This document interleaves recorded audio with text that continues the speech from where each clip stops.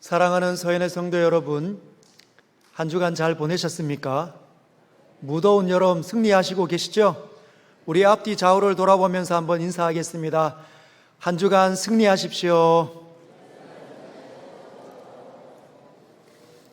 여러분, 정체성이라는 말을 들어보신 적 있습니까? 정체성. 나는 누구인가? 나는 왜 존재하고 있는가? 나는 무엇 때문에 살고 어디를 향하여 가고 있는가? 나는 잘 살고 있는가에 관한 질문을 하고 답을 얻었을 때 그는 정체성을 발견하였다 말합니다. 인간이라고 한다면 누구나 해보는 질문이겠죠. 여러분, 그래서 그런 질문, 나는 누구인가? 나는 왜 이 땅에 존재하는가? 그것에 관한 답을 찾아가는 사람들을 우리는 구도자라고 말합니다. 도를 발견하기 위해서 노력한다 해서 구도자라고 부르는 것이죠. 여러분들은 답을 찾으셨습니까? 왜 나는 이 땅에 존재하는지 알고 계십니까? 사실은 이 정확한 답을 발견한 사람들은 인생을 이제 방향을 제대로 설정해서 갈 수 있습니다. 나는 왜 존재하는가?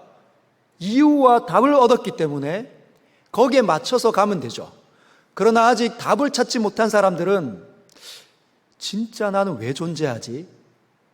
아직까지 어디로 가야 할지 방향을 잘 알지 못할 수밖에 없습니다. 성경은 우리에게 이렇게 말씀하십니다. 너는 이러이러한 정체성이 있다. 여러분, 예수 믿는 우리는 어떤 정체성을 가지고 있다고 성경은 말합니까? 여러분은 어떻게 발견하고 있습니까? 어떤 사람들은 이야기하죠. 우리는 성도다. 우리는 성도다. 그렇게 자기 존재 이유를 발견한 사람들이 있습니다. 그게 뭘까요? 나는 거룩한 사람이다. 거룩한 사람. 왜? 하나님을 만났기 때문에 거룩해졌다. 어떤 사람들은 나는 하나님의 자녀다. 그냥 엄마, 아빠의 자녀뿐만 아니라 더 큰 위대한 정체성을 발견했는데 보이지 않는 그 하나님의 그 섭리를 쫓아 그분이 나의 아버지임을 발견했기 때문에 나는 그분의 자녀다. 방향타가 선명해진 거죠. 어떤 사람은 자기의 정체성을 나는 그리스도인이다. 여러분, 그리스도인은 그리스도를 중심으로 사는 사람들을 그리스도라고 합니다. 그리처럼 생각하고 그리스도처럼 말하고 그리스도처럼 행동하려고 드는 사람들을 가리켜 그리스도인이라고 얘기한다는 거죠. 그래서 그들은 선명합니다. 왜? 그리스도를 만났기 때문에. 그래서 그리스도가 하신 말씀을 묵상하고 추구하고 연구하고 발견하면 그들은 그렇게 걷기만 하면 된다는 거죠. 근데 오늘 본문은 우리에게 또 다른 정체성을 이야기합니다. 그게 뭘까요? 한번 따라할까요? 나는 복음의 사람이다. 저와 여러분들을 가리켜 복음의 사람이라고 말한다는 겁니다. 여러분, 왜 우리는 복음의 사람이 될 수 있을까요? 그리고 왜 복음의 사람이라고 말할 수 있을까요? 그건 복음이 우리에게 들렸기 때문입니다. 복음이 들리자 어떤 일이 우리 안에서 일어났을까요? 우리는 눈치채기는 어렵지만 우리 안에서 하나님께서 하신 일들이 있습니다. 그게 뭡니까? 로마서 1장 16절에 이렇게 되어져 있습니다. 내가 복음을 부끄러워하지 아니하노니 이 복음은 모든 믿는 자에게 구원을 주시는 하나님의 능력이 됨이라. 누구에게요?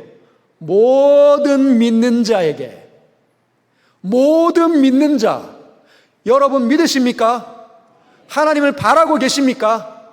그러면 그 모든 믿는 자에게 어떤 일을 일어나느냐? 구원을 가져다 주시는 하나님의 능력이라는 거죠. 뭐가? 복음이. 그래서 우리는 구원을 받은 사람들입니다. 복음을 받았다. 내가 복음을 믿는다. 그 사람은 구원을 받은 사람이에요. 이제 영원한 저주, 지옥을 무서워할 필요가 없습니다. 우리에게는 남아있는 우리의 영원한 삶은 어떤 것이 하나님께서 예비한 최고의 나라 천국이 보장되어져 있다는 거죠. 그게 구원을 받은 사람입니다. 왜? 복음이니까. 여러분, 복음이라는 말은 복된 소리라는 뜻이죠. 우리 한자로 말하면 복음은 복된 소리입니다. 복복자의 소리음자, 즉 복된 소식이 복음입니다. 여러분과 제가 복음을 만났을 때, 복음을 들었을 때 우리에게 어떻게 다가오는가? 최고의 복으로, 복된 소식으로 나에게 다가온다는 거죠. 그걸 발견한 사람, 마치 천국은 밭에 감춰진 보화와 같은데 늘 밟고 다니는 그 밭에 어느 날 보화가, 어마어마한 보화가 숨겨져 있다는 사실을 발견한 겁니다. 복음이 그렇게 부딪히는 거죠. 이 세상이 복음을 받아들이지 않은 사람, 복음이 잘 들려지지 않은 사람, 복음이 열리지 않은 사람은 복음의 가치를 모릅니다. 뭐가 더 가치 있다고 얘기할까요? 이 세상이 훨씬 더 가치 있다. 이 세상에 있는 내가 집중하는 그것이 훨씬 더 가치 있다고 생각하는 그 사람이 생각이 바뀌어서 복음의 소리를 들었는데 영원한 세계를 맛보기 시작한 겁니다. 여러분, 이 복음에는 뭐가 담겨져 있냐? 복음에는 내용이 있습니다. 복된 소식이 담겨져 있는데 이런 소식이죠. 이 땅에 있는 수많은 죄인들을 위해서 하나님께서 위대한 선물을 준비하셨는데 그게 하나님의 아들 예수다. 예수를 이 땅에 보내셨다는 겁니다. 이게 시작이에요. 예수께서 이 땅에 오셨다는 겁니다. 할렐루야. 이게 복음이 시작입니다. 그런데 그분이 뭘 하시는 겁니까? 저와 여러분들이 당해야 되는 모든 죄의 책임, 남을 미워했던 거, 남을 업신여겼던 거, 욕심을 부렸던 거, 탐욕적이었던 거, 두려움에 떨면서 나밖에 몰랐던 그 모든 흉측한 죄가 만들어내는 그 죄의 책임이 여러분 어디로 향합니까? 우리를 영원한 저주로 던져버리는데 그 책임이, 그 무시무시한 하나님의 이 진노의 화살이 예수께서 십자가 위에서 내 대신, 저와 여러분들을 대신해서 다 당하셨다는 겁니다. 완벽하게 하나도 남김없이. 그래서 저와 여러분들은 걱정할 필요가 없다는 거죠. 뿐만 아니라 우리 안에 흐르는 이 죄가 만들어내는 최종적인 목표 어디입니까? 사망, 죽음, 끝없는 분열. 여러분, 갈라지는 거죠. 머리가, 정신이 분열되고 마음이 갈라지고 속이 천불이 나고 막 미칠 지경인 사람이 마음이 모아진 게 아닙니다. 마음이 황폐해져서 갈라지고 있는 거죠. 근데 결국은 그런 사람들이 가는 종착은 죽음, 끝없는 분열입니다. 두렵고 떨리는. 그러나 우리 안에 흐르는 그 죄의 이 힘을 예수께서 부활하심으로 힘을 가하셨습니다. 하나님의 강한 위대한 펀치를 날리셔서 그것이 깨뜨려진 거죠. 그래서 그 예수를 믿으면, 그 복음을 받아들이면 더 이상 죄가 우리 안에서 사망으로 이끌지 못하고 어디로 이끕니까? 생명으로 이끈다는 거예요. 그게 로마서 1장, 복음에는 하나님의 구원의 능력이 나타난다는 뜻입니다. 그래서 우리는 이제는 복음을 받아들였기 때문에 우리의 정체성은 복음의 사람이라는 거예요. 복음보다 더 위대한 건 없다. 주 예수보다도 더 소중한 것은 없다. 더 귀한 것은 없다. 그렇게 눈이 띄어진 거죠. 여러분, 그래서 복음의 사람은 복음이 머리부터 발끝까지 전 인격에 줄줄 절절하게 흐르는 겁니다. 강력하게 흐르는 거죠. 전율이 일어나는 겁니다. 그래서 저와 여러분들이 진짜 복음의 사람으로 강력하게 하나님의 은혜에 사로잡히면 그 사람은 누가 감당합니까? 세상도 그를 감당할 수 없다는 것이죠. 그런데 하나님께서 그런 사람을 이끌어 가십니다. 그런 사람들의 길이 있다고 주님이 오늘 우리에게 보여주신다는 거죠. 본문을 통해 복음의 사람이 어떠한 삶을 살아가는지 깨달으시고 그 복을 누리시길 주님의 이름으로 축복합니다. 첫 번째, 복음의 사람은 언제나 하나님의 뜻에 순종한다. 한번 따라해볼까요? 언제나 하나님의 뜻에 순종한다. 여러분, 하나님의 뜻에 순종하는데 언제나예요. 내가 원하는 대로 내가 하고 싶으면 순종하고 내가 하기 싫으면 순종 안 하는 게 아니라 언제나 순종하는 사람의 길이 복음을 경험한 사람들이라는 거죠. 여러분, 이제는 복음을 경험한 사람들은 옛날에는 구도자였을 때는 나는 왜 사는가? 떨어지는 낙엽 보면서 나는 왜 사나? 나도 언젠가는 저 낙엽처럼 떨어지겠지. 그렇게 늘 질문만 해대고 답을 못 얻은 사람들은 방향타가 아직 어디로 가야 될지 모릅니다. 그러나 복음을 경험한 사람들은 방향타가 완전히 설정이 된 거죠.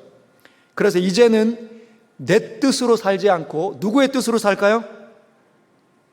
누구의 뜻으로 삽니까? 하나님 뜻. 왜? 이전에는 하나님이 보이지 않았으니까. 이제는 하나님이 느껴지지 않았으니까. 왜? 복음을 통해 살아나지 않았으니 어디로 가야 될지 모르는 겁니다. 가면 그냥 넘어지고 낙심하고 두렵고 힘들고 힘든 일이 일어나면 나는 내 인생은 왜 이거밖에 안 되나, 그 말만 나오는 거죠. 그러나 방향이 열린 사람, 눈이 띄어진 사람은 보기 때문에 더 이상 자기의 신세 한탄하다가 인생을 다 까먹지 않습니다. 하나님의 뜻에 포커싱을 맞추는 거예요. 그런데 여러분, 문제는 저와 여러분들이 포커싱을 맞추고 싶은데 잘 안 된다는 게 문제예요. 여러분에게 한번 질문 드려보겠습니다. 하나님의 뜻에 진짜 포커싱이 잘 됩니까? 나는 진짜 상황이 일어날 때 하나님 뜻이 금방 이해가 돼. 하나님 뜻대로 이곳으로 가야 된다는 거 잘 알아. 그런 분 몇 명 될까요? 근데 왜 그게 잘 안 될까요? 왜 그게 어려울까요? 연습하지 않았기 때문에. 여러분, 이제 막 태어난 사람이, 아이가 막 태어나면 엄마가 제대로 보입니까? 갓난아기가 태어났는데 응애응애 하는 그 갓난아이가 엄마와 눈이 제대로 마주쳐지냐고요? 안 됩니다. 어떻게 하는 거죠? 시간이 지나면서 눈에 근육이 붙으면서 빛이 왔을 때 빛을 보면서 반사하는 이 동공의 능력들이, 안구의 능력들이 확장되고 힘이 붙어질 때 그때 비로소 엄마가 제대로 보인다는 거예요. 그전에는 안 보이는 겁니다. 훈련을 해야 된다는 거죠. 예를 들어 카메라를 들고 연신 누르는데, 여러분 DSLR입니까? DSLR입니까? 그런 좋은 카메라를 사서 열심히 찍었는데 나중에 보니까 다 뿌연 거예요. 단체 사진을 했는데 사람 얼굴이 하나도 안 보여. 왜 안 보인 겁니까? 포커싱이 안 된 거거든. 사람들 얼굴에 포커싱이 탁 짜작짜작 거릴 때 탁 찰칵 눌러야 되는데 찌직찌직거리다가 눌렀는데 뿌연 상태에서 눌러진 거예요. 근데 나중에 인화하려고 보니까 사람들 얼굴이 다 안개 속에 다 있는 거죠. 왜 안 되는 겁니까? 카메라를 이제 샀으니까 그 카메라를 통해 세상을 보는 게 서툰 거예요. 포커싱이 잘 안 된다는 거죠. 저와 여러분들도 마찬가지입니다. 하나님을 만났고 복음을 경험했고 예수 그리스도의 십자가를 깨달았고 부활이 뭔지를 알았는데, 이렇게 삶이 하나님의 뜻이라고 알겠는데 그 뜻이 상황이 일어나고 환경이 달라질 때마다 잘 안 열린다는 거죠. 왜 안 되냐? 연습하지 않았기 때문에. 연습하지 않았기 때문에. 그래서 저와 여러분들은 이제 뭘 해야 되냐? 포커싱 맞추는 훈련을 해야 합니다. 과거는 구도자였을 때는 나는 왜 사나? 그럴 때는 자꾸 내 생각이나 세상의 생각이나 사람들의 생각에 포커싱 맞추는데, 하나님의 사람이 되고 나면, 복음의 사람이 되고 나면 하나님의 뜻에 포커싱 맞추는 훈련을 해야 되기 때문이에요. 자, 오늘 본문에 그 하나님의 뜻에 포커싱 잘 맞춘 사람이 등장합니다. 그 사람이 바로 빌립이죠. 사도행전 8장 26절 한번 읽어보도록 하겠습니다. 같이 읽겠습니다. 시작. 주의 사자가 빌립에게 말하여 이르되 일어나서 남쪽으로 향하여 예루살렘에서 가사로 내려가는 길까지 가라 하니 그 길은 광야라. 여러분, 이 빌립에게 하나님의 뜻이 열립니다. 하나님께서 지시하시는 내용이 나타났어요. 뭐라고 하냐면 일어나라. 네가 있는 자리에서 일어나라. 그리고 일어나서 그 자리를 떠나 내가 지시하는 땅으로 가야 되는 그곳이 어디입니까? 남쪽이라는 게 남쪽. 물론 동서남북 해가 동쪽에서 떠서 서쪽으로 지니까 남쪽을 찾기에는 아마 쉬웠을 겁니다. 남쪽으로 무작정 가라. 근데 어디까지 가야 되냐? 예루살렘에서 가사로 내려가는 길 그 만날 때까지 가라는 거예요. 근데 그 길이 광야라고 소개하고 있습니다. 이게 지금 누구에게 열려진 하나님의 뜻이죠? 빌립. 여러분, 이 빌립이 누구입니까? 이 빌립에게 일어나 이곳을 떠나라. 이곳은 어디입니까? 사마리아. 사마리아를 떠나서 일어나서 그곳을 떠나서 내가 지시하는 남쪽으로 가라. 이게 쉬울까요? 어려울까요? 여러분, 쉽겠습니까? 어렵겠습니까? 빌립이 너무 잘 순종하니까 쉬울 거라고 생각하지만 아닙니다, 여러분. 저와 여러분들은 인생 아닙니까? 그렇죠. 인생이라는 말은 편하게 살고 싶고 더 남들보다 성공하고 싶고 형통한 삶을 살고 싶은, 그게 저와 여러분들의 마음이잖아요. 그리고 사람은 기본적으로 수많은 것들의 영향을 받기에 마련입니다. 잘 기억해 보십시오. 사마리아가 지금 빌립이 오면서 어떤 땅이 되었습니까? 사마리아는 불결한 땅, 이방 땅, 음란한 땅으로 여겨졌는데 그런 땅에 누가 오자 달라졌어요? 빌립이 오자 달라졌습니다. 빌립이 와서 뭘 했습니까? 그 음란하고 불결한 땅에 예수 그리스도를 선포했습니다. 예수 그리스도를 선포하자 어떻게 바뀌었습니까? 하나님의 나라가 그 땅에 임한 거예요. 무당이 판치는 곳, 큰 사람이나 낮은 사람이나 함께 다 무당에게 휘둘려 다니는 그 땅. 근데 그 땅에 빌립이 오자 난리 법석이 되었습니다. 첫 번째, 귀신들이 큰 소리를 지르고 떠납니다.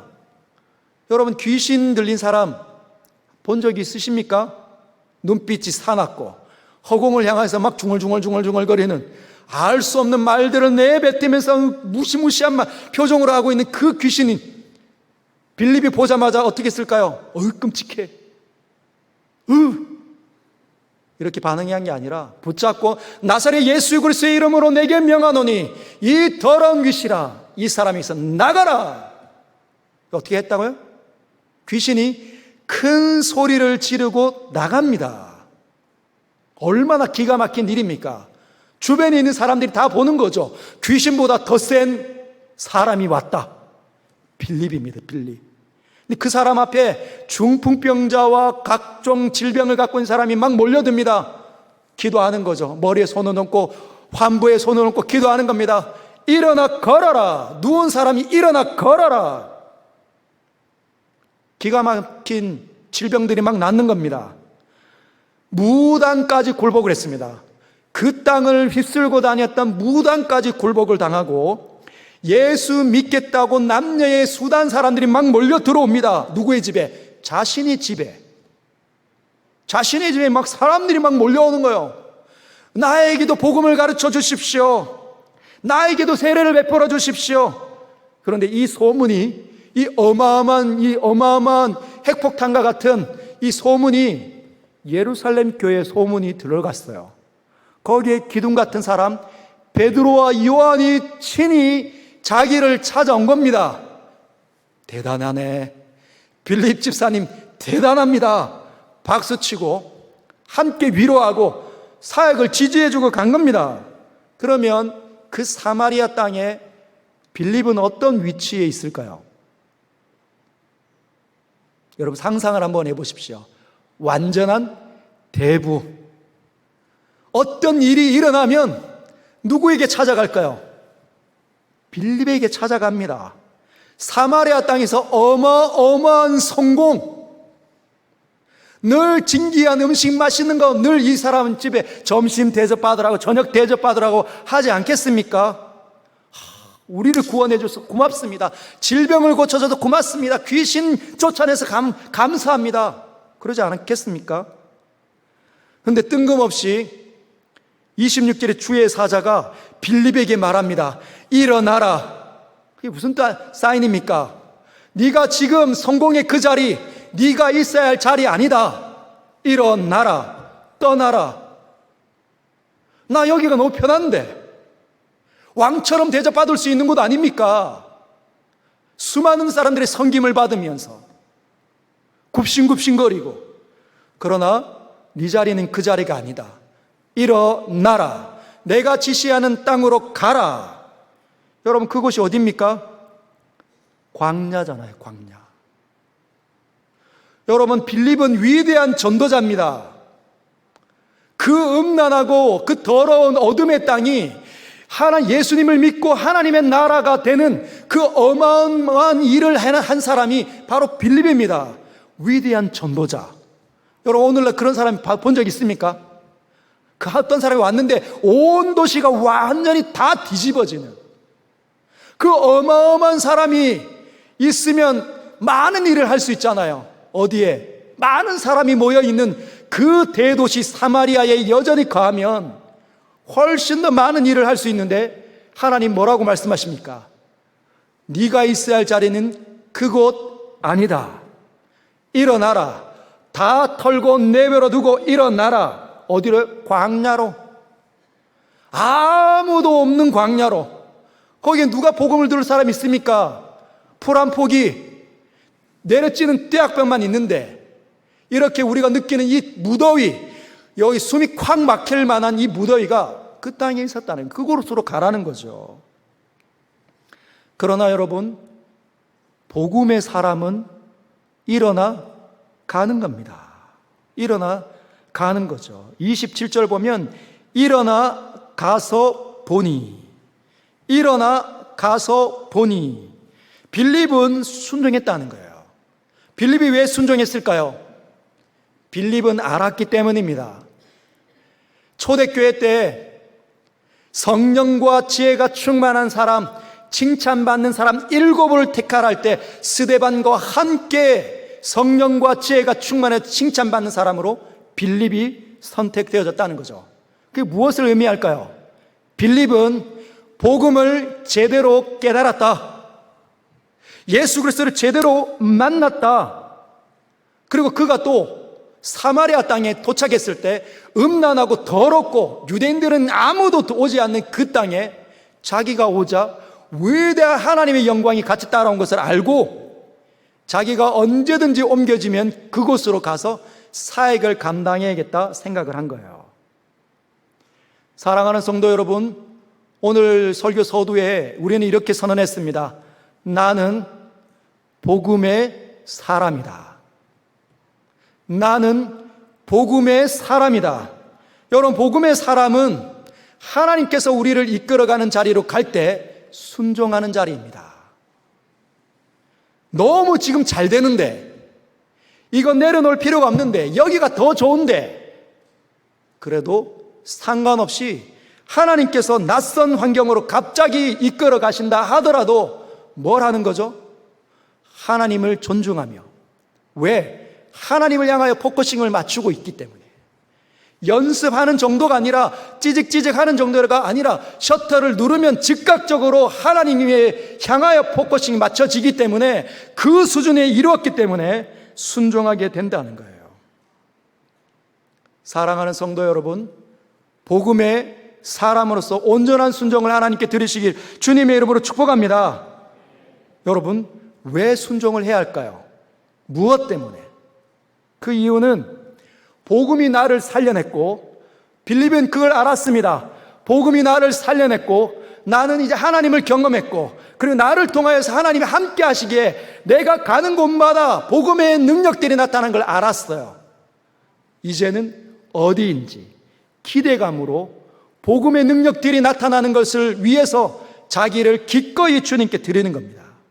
내 시간을 드리고 내 인생을 드리는 거죠. 왜? 복음이 힘이 있으니까, 복음이 사람을 살려내니까, 모든 것들의 대안이니까 그 경험한 사람들은 기꺼이 드리는 겁니다.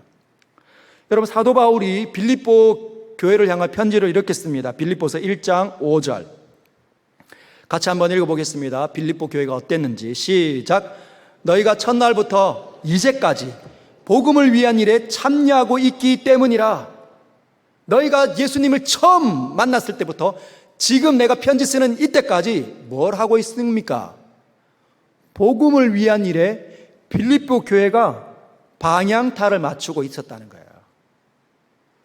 근데 있기 때문이라는 말은 뭐 앞에 있는 이유를 설명한 거였죠. 4절이 이렇습니다. 4절이 내가 간구할 때마다 너희 무리를 위하여 기쁨으로 항상 간구함은. 빌립보 교회를 위하여서 항상 기쁨으로 하나님께 기도한 이유가 뭐냐? 빌립보 교회가 방향을 제대로 맞췄기 때문에, 구도자가 아니라 답을 얻은 정체성이 있는 복음의 사람들이었기 때문에 기쁘다는 겁니다. 바울이 기쁘다고 얘기하는 거예요. 아, 나 정말 기쁘고 흡족해. 너희를 생각할 때마다. 그게 무엇을 의미할까요? 하나님 영원하신 아버지의 마음을 대변하는 것 아닙니까? 여러분, 우리 하나님은 누구를 볼 때 가장 기뻐하시냐면 예수님을 만난 순간부터 지금까지 복음이 진짜 만들어낸 유익을 깨닫고 경험하기 때문에 복음의 통로가 되기를 자원하는 사람들, 그 사람들이 하나둘씩 생겨나는 그 교회를 볼 때 무한한 기쁨을 쏟으신다는 것입니다. 여러분, 서영교회가 어떻게 되어야 할까요? 내 자신을 복음의 통로로 드리겠습니다. 손드는 사람. 주님, 제가 여기 있습니다. 나를 보내십시오. 그곳이 어딘데? 광야하고 낯선 땅인데 자기가 익숙했던 그 땅을 버리고 하나님께서 이끌어 가실 때 주님, 제가 기쁘게 가겠습니다. 할 수 있는 사람. 그 사람들이 많아질 때 하나님 이 교회를 축복하시리라 믿습니다. 근데 이게 드러나지 않으면 포커싱이 늘 하나님께로 맞추는 이 연습이 안 돼서 세상을 자꾸 맞추고 내 없는 살림을 자꾸 맞추다 보면 못하는 겁니다. 기뻐하면서 삶을 살아낼 수 없다는 것이죠. 두 번째, 복음을 전할 기회를 포착하라. 한번 따라해 볼까요? 복음을 전할 기회를 포착하라. 여러분, 저와 여러분들이 누군가가 우리를 향해서 복음을 줄 기회를 포착했기 때문에 저와 여러분들이 여기 있는 겁니다. 우리 할아버지와 할머니, 엄마와 아버지, 또는 이모와 고모, 내 형님들, 내 누님들, 또는 우리의 친구들이 우리를 놓고 늘 호시탐탐 노렸다는 거죠. 어떻게 먹이로 삶으려고 한 게 아니라 복음을 전할 기회로, 복음을 어떻게 하면 전해줄까 늘 고민했다는 겁니다. 여러분 한번 보십시오. 27절. 일어나 가보니 에디오피아 사람 곧 에디오피아 여왕 간다게의 모든 국고를 맡은 관리인 네시가 예배하러 예루살렘에 왔다가 돌아가고 있습니다. 광야에 풀 한 폭이 잘 보기 힘든 그곳에 갔더니 더워 죽겠는데, 숨이 콱 막히는데 한 일행이 보이는 거죠. 수레를 타고 가는. 여기에 수레는 그냥 소 몇 마리가 끄는 그 수레를 의미하는 게 아닙니다. 여러분, 어떤 사람입니까? 에디오피아 사람인데 에디오피아 여왕의 그 간다게라고 이름하는 그 여왕의 국고를 맡은 사람, 재정을 통제하는 사람, 힘이, 권력이 무시무시하게 있는 사람이에요. 그 사람이 빛나는 마차 행렬을 가지고 쫙 가고 있는 거죠. 예루살렘에 와서 예배하고 돌아가고 있습니다. 여러분, 그가 이방인 아닙니까? 에티오피아 사람이니까. 이방인인데 그 이방인이 뭘 하고 있는 거예요? 구도자가 아닙니까? 구도자. 나는 왜 이 땅에 있나? 누군가에게 들었는데, 하나님이 계시다는 거 나 들었는데 진짜 하나님이 있는지 나도 내 평생에 한번 가보자 하고 예루살렘 와서 예배 드리고 가고 있는 겁니다. 여러분, 가보니 내가 익숙한 곳, 내가 편한 곳 일어나서 떠나서 가보니 누가 보인 거죠? 한 사람이 보인 거예요. 한 사람이 눈에 띈 겁니다. 여러분, 사역의 열매가 어디가 더 풍성할까요? 어디가 더 쉬울까요? 사마리아입니까? 한 영혼입니까? 사마리아 땅은 이미 마음밭이 달라졌어요. 빌립이 지나가는 곳마다 이쪽으로 오세요. 차 한잔하고 가시죠. 우리에게 한 번만 기도해 주십시오. 옆에서 돕는 사람들 얼마나 많았을까요? 사마리아 땅에서 사역하면 얼마나 쉬웠을까요? 얼마나 많은 열매를 거둘 수 있을까요? 그럼에도 불구하고 그 위대한 전도자를 하나님 그 사마리아 땅에 두시기를 기뻐하지 않고 옮기셔서 한 사람을 만나게 합니다. 그 한 사람, 저와 여러분들도 한 사람이었습니다. 우리의 이 영혼이 영원하신 하나님께 어떻게 받아들여졌을까요? 천하보다 귀하다는 거예요. 이 사실이 눈에 띄어져야 합니다. 한 영혼이 천하보다 귀하다라는 사실이 마음에 부딪혀야 누구를 보는 거죠? 내 주변에 있는 별것 아닌 사람들이 눈에 띄는 겁니다. 왜 나에게 붙여졌을까? 낯선 환경에 처하다 보니 저 사람은 내가 뭘 하라고 하나님 만나게 하신 걸까? 생각할 수 있다는 거죠. 여러분, 근데 내시를 만났는데 이 내시가 돌아가는 길에 이사야 성경책을 읽고 있습니다.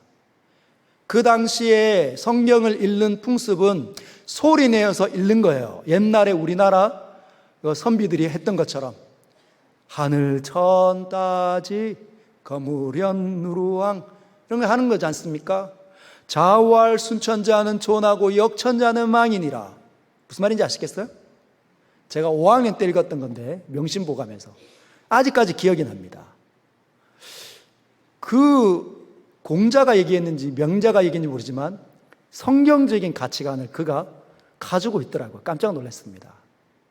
자활 순천자는 존하고 하늘의 뜻을 순하는 사람, 순종하는 사람은 이 땅에 여전히 존재하고 역천자는 망한다. 놀랍지 않습니까? 그런데 그런 것처럼 이렇게 읽는 거예요. 소리내서 읽고 있습니다. 이사야를 읽고 있다가 빌립이 딱 왔을 때 어떤 장을 마주치고 있냐면 53장을 읽고 있는 겁니다. 53장을 읽고 있는 그 내시를 봤을 때 성령이 가까이 가라. 여러분, 호위무사를 거느리고 있고 아주 휘황찬란한 마차 속에 있는 사람이 다가가는 게 얼마나 어려울까요? 다가갑니다. 달려가서 위에 묻는 거죠. 선지자 이사야의 글을 읽는 것을 듣고 말하되 읽는 것을 깨닫습니까? 묻습니다. 이해됩니까? Are you understanding this? 이렇게 묻는 거죠. 이해됩니까? 그가 뭐라고 대답을 합니까? 31절에 대답하되 지도해 주는 사람이 없으니 어찌 깨달을 수 있느냐. 이 사람은 늘 이사야서를 묵상을 했던 것 같아요. 그런데 예루살렘에 가서 예배할 때 랍비들이 바리새인들과 서기관들이 제사장들이 아무리 물으려고 해도 상종하지 않는 겁니다. 왜? 이방인이니까. 빌립은 그 이방 땅에 불결한 사마리아 땅에 복음을 전한 사람 아닙니까? 기꺼이 나아가는 거죠. 그러면서 기회를 포착합니다. 지금 이사야서 53장 그 내용은 바로 예수 그리스도를 향하여 있습니다.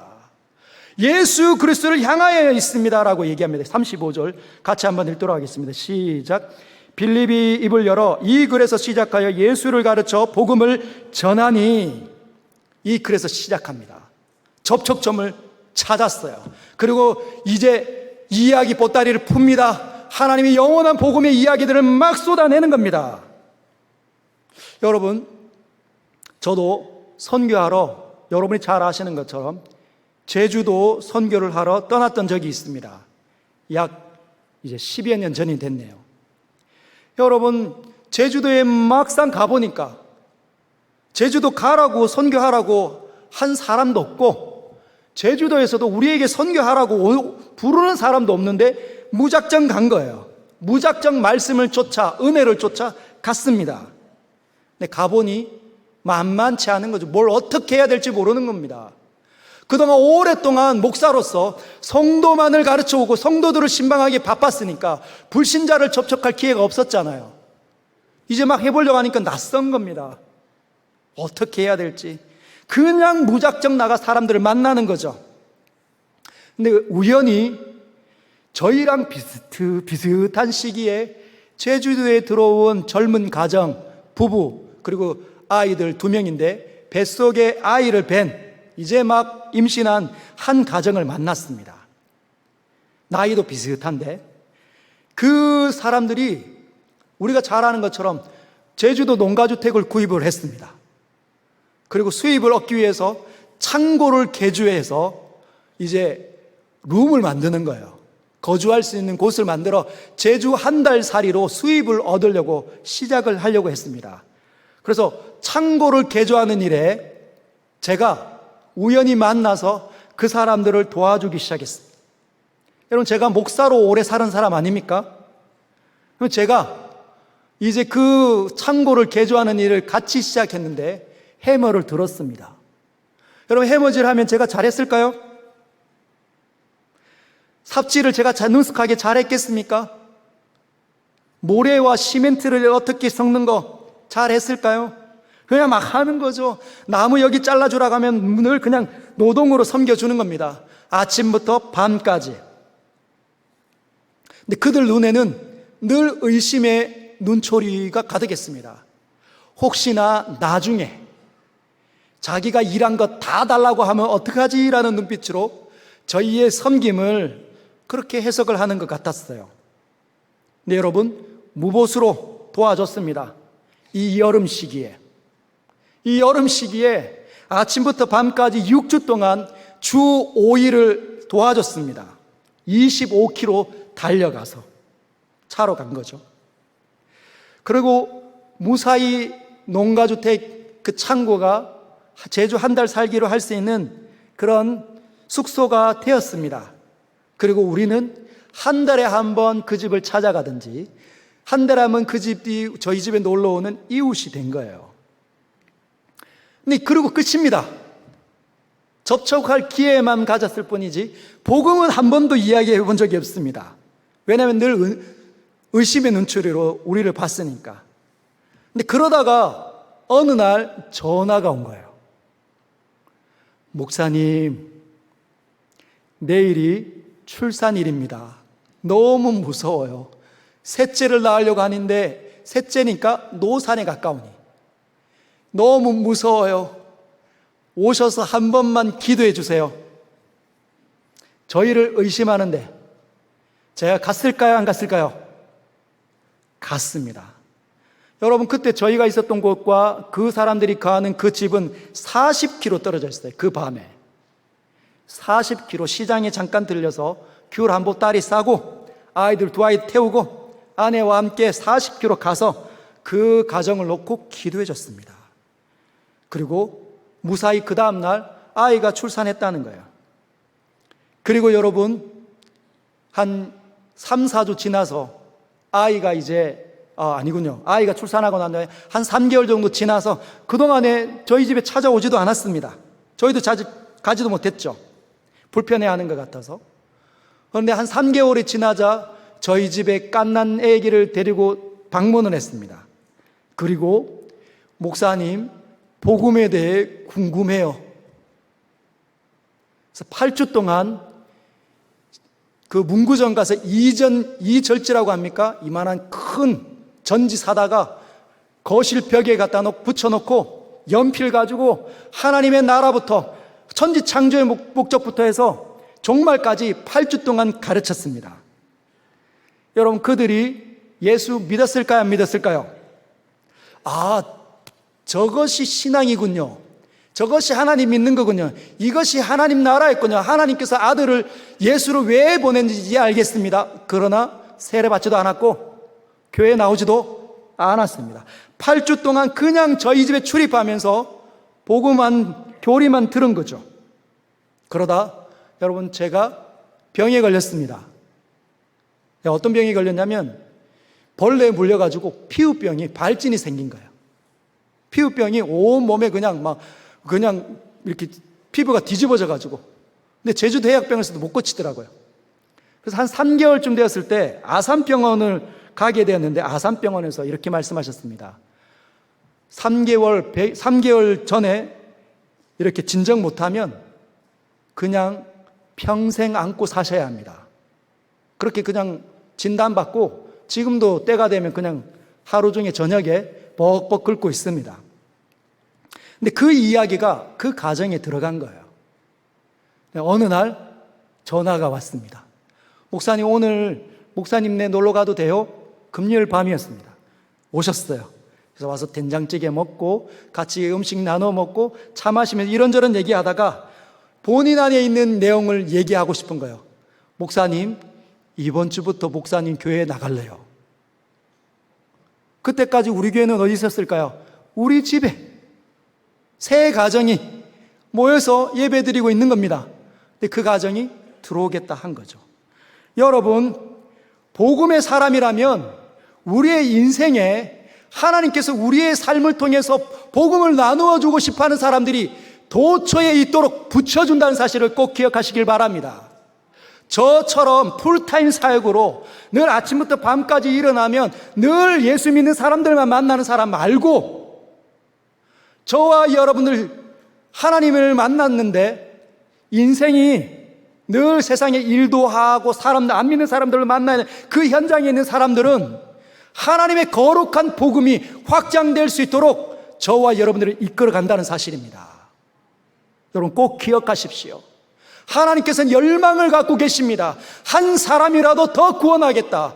천하보다 귀한 영혼이기 때문에 우리의 눈에는 아무것도 아닌 것처럼 욕심쟁이고 고집스러운 사람으로 보이지만 하나님 눈에는 아들을 줘서 살려내고 싶어하는 천하보다 귀한 영혼이기 때문에 우리를 통해서 살려내고 싶어 한다는 겁니다. 복음이 막 꿈틀꿈틀거려서 옆으로 전달을 되어지고 싶어 한다는 거죠. 여러분, 복음의 기회를 하나님께 온전하게 올려드리시길 바랍니다. 여러분, 이 에티오피아 내시, 우리는 에티오피아 내시 한 사람만 보지만 하나님께서는 아프리카 땅, 그 에티오피아 내시를 보면서 그와 함께 연결되어져 있는 아프리카 땅에 있는 수많은 영혼들을 집중하셨다는 거예요. 2세기 초대 교회의 교부였던 이레니우스는 이 내시가 에티오피아 선교의 중심이었다, 이렇게 기록을 남겼습니다. 저와 여러분들이 누구를 어떻게 만날지 모릅니다. 그리고 그 사람은 하나님의 손에 들리면 세상을 뒤집어 놓을 수 없는 하나님의 영광을 이 땅에 보일 수 있는 위대한 통로가 될 수 있다는 것을 꼭 기억해내시기를 바랍니다. 세 번째, 복음의 기회를 흘러보내지 마라. 여러분, 두 번째가 복음을 전할 기회를 포착하라 아닙니까? 세 번째도 비슷한 것 같지만 다릅니다. 두 번째는 복음이 바깥으로 향하는 것, 복음을 전할 기회를 포착하라는 거지만, 세 번째는 내 개인, 내 자신의, 내 내면에게 적용시켜야 되는 말입니다. 복음의 기회를 흘러보내지 마라. 누가? 내가. 저와 여러분이. 여러분 한번 볼까요? 36절 같이 한번 읽어보겠습니다. 시작. 길 가다가 물 있는 곳에 이르러 그 내시가 말하되 보라, 물이 있으니 내가 세례를 받음에 무슨 거리낌이 있느냐. 여러분, 지금 물이 보이자마자 내시가 복음의 소리를 그렇게 듣다가 깜짝 놀라서 물을 보고 내가 세례를 받는데 무슨 거리낌이 있느냐. 이게 무슨 말입니까? 복음이 마음에 부딪혀 왔다는 거예요. 인생을 걸기로 작정했다는 겁니다. 인생을 걸기로 작정했다는 거죠. 자기의 인생을 걸기로 작정했기 때문에 그는 기꺼이 복음을 받아들인 겁니다. 하나님의 사람, 복음의 사람이 된 거라는 거죠. 옛날에는 구도자였는데 예루살렘에 가서 하나님 진짜 있는가? 그 정도의 구도자인데 이제는 답을 얻었다는 거예요. 사랑하는 서연의 성도 여러분, 답을 얻었습니까? 답을 얻었습니까? 답이 지금 선포되고 있습니다. 예수 그리스도께서 이 땅에 오셨고 그분이 저와 여러분을 대신해서 십자가에서 죽으셨습니다. 그리고 우리 안에 흐르는 이 죄의 사망의 권세를 깨뜨려 주셨다는 것이지요. 부활하셨습니다. 이 위대한 복음의 진리를 받아내리시기를 바랍니다. 더 이상 구도하지 마십시오. 오늘 그 사실을 붙잡으시길 바랍니다. 강렬하게 붙잡으시고 복음의 사람이 되시기를 주님의 이름으로 축복합니다. 어떤 사람은 이렇게 이야기합니다. 너무 일찍 믿은 게 아니냐. 청소년들한테 가서 설교를 하면 아이들이 한 번씩 이렇게 얘기합니다. 목사님, 너무 일찍 믿은 것 같아요. 저희 아이들이 왜 목사 집안에 태어나가지고 이렇게 이른 아침부터 모든 예배 하나도 빠짐없이 다녀야 될까? 그런 생각이 든 거죠. 여러분, 나중에 죽을 때 믿으면 얼마나 편할까? 내 마음대로 살다가 어차피 가면 천국인데 지금 그냥 내 마음대로 그냥 편안하게 부담감 없이 편안하게 살다가 죽을 때 할렐루야 믿습니다. 여러분, 하나님 누구신데요? 하나님은 만홀히 여김을 받으시는 분이 아니십니다. 온 땅을 감찰하시고 우리의 생각을 다 아시는데 그 얄팍한 신앙으로 여러분, 지금 우리에게 복음을 들을 수 있는 기회가 왔다는 건 어마어마한 기회입니다. 죽을 때 다시 기회가 오지 않을 수도 있다는 거죠. 하나님 있는 자리에 없을 수도 있다는 겁니다. 그래서 고린도 교회에 편지했던 사도 바울은 이렇게 얘기합니다. 고린도후서 6장 2절, 중요하니까 같이 한번 읽도록 하겠습니다. 시작. 이르시되 내가 은혜 베풀 때에 너에게 듣고 구원의 날에 너를 도왔다 하셨으니 보라 지금은 은혜 받을 만한 때요 보라 지금은 구원의 날이로다. 할렐루야. 여러분, 지금 바로 이 순간이 너무너무 중요하다는 겁니다. 여러분, 과거, 현재, 미래, 여러분들은 어디에 더 많이 영향을 받습니까? 늘 후회하는 사람, 그때 잘할걸. 내가 그때 좀 공부 열심히 했으면 서울대 금방 갈 텐데. 늘 과거에 매이는 사람은 과거가 훨씬 더 소중하다고 생각하는 겁니다. 미래, 그래. 내가 지금 이게 미래에 안정된 삶을 살려면 이 보험 들어야 되고, 내가 편안하게 살려면 지금 노력을 해야 돼. 지금. 그래서 미래를 준비하려고 하는 미래에 영향을 받는 사람도 있다는 거죠. 여러분, 미래, 과거 둘 다 중요합니다. 과거가 있었으니까 오늘의 우리가 있는 거죠. 그래서 과거는 너무너무 중요한 거 맞습니다. 그러나 여러분, 과거가 어디 있습니까? 과거는 우리의 머릿속에서만 존재하는 겁니다. 이미 지나가 버리고 없어요. 저와 여러분들은 하나님을 닮아서 추억하고 반성하니까 과거를 묵상해 낼 수 있으니까 여기서만 존재한다는 거죠. 실제하지 않습니다. 미래는요? 미래는 아직 오지 않았잖아요. 근데 그 미래가 안 오면 어떻게 됩니까? 10년 뒤에 미래를 준비하기 위해서 열심히 고생했는데 그 미래가 안 오면, 여러분, 가장 중요한 건 현재입니다. 현재. present. 한번 따라 해볼까? present. 또 어떤 분들은 이게 무슨 중요하냐? 중요합니다. 여러분, 현재, 영어로 present잖아요. 근데 그 present가 또 다른 말로 선물이란 뜻이에요. 선물. 하나님께서 주신 최고의 선물, right now, 지금이 우리는 항상 지금을 삽니다. 지금 내가 슬퍼하고 고통스러워하면 내게 일어나는 일 때문에 모든 것들을 그냥 다 잃은 것처럼 살면 그 사람은 가장 비참한 사람이잖아요. 근데 환경이 그렇게 열리지 않았다 하더라도 너무 행복한 거예요. 이걸 다 이기는 겁니다. 왜? 하나님 만났으니까. 하나님 보이니까. 하나님 나와 함께 하는 게 느껴지니까 늘 소망 가운데 사는 거죠.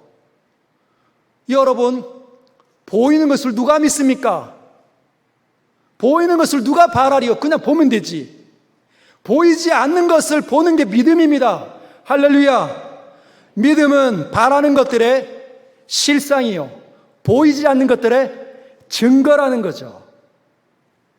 여러분, 지금 내가 이 자리에 있다는 그 실존보다 더 선명한 게 있습니까?